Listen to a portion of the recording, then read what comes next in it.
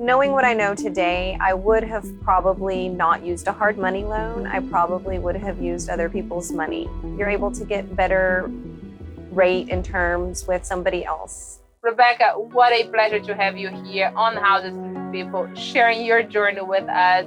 How long have you been involved in the real estate investing? About 2.5 years. Why did you become a real estate investor? My husband, Jake, he came home one day after listening on the radio a bunch and hearing about investing, and he came to the realization that we needed to do something different. And he said, let's do this. And I said, okay. Was that easy? Just okay? That was not a question like why? That was not a debate going back and forth? Not too much. It was, well, how do we do that? What's the next step? And so then we started joining different real estate groups to figure out what to do. Let's go back in time. Do you remember how did you find your first deal? Yes. So our first deal was found on the MLS. We actually found it on market. It was listed with a realtor, but the house was mid-rehab. Someone had started fixing it.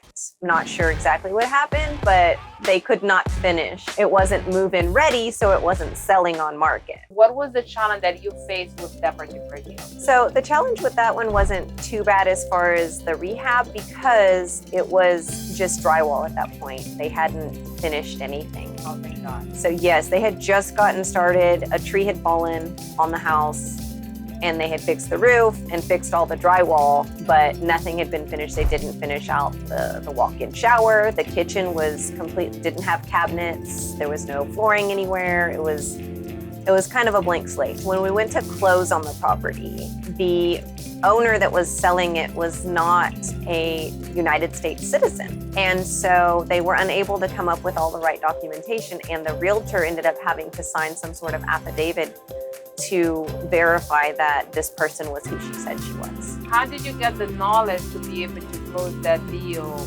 with someone overseas? Part of our network of investors that we were in, we were able to kind of understand, and having the realtor and the title company, they were able to provide the proper documents for us. Do you remember how much did you pay for this property? I'm pretty sure we paid $130 for the purchase price. Still own that property. It is currently rented. It's one of our buy and holds, but we did refinance out of it. And if you were going to sell this property today, how much money would you save? We would probably profit about $100,000 if we sold. Would you do anything different with this property if you knew the knowledge that you have today back 2 years ago? Renters we have in place right now, I might have offered to wrap it to them sooner. Knowing what I know today, I would have probably not used a hard money loan. I probably would have used other people's money. You're able to get better rate and terms with somebody else because you're not using your own credit, you're using theirs.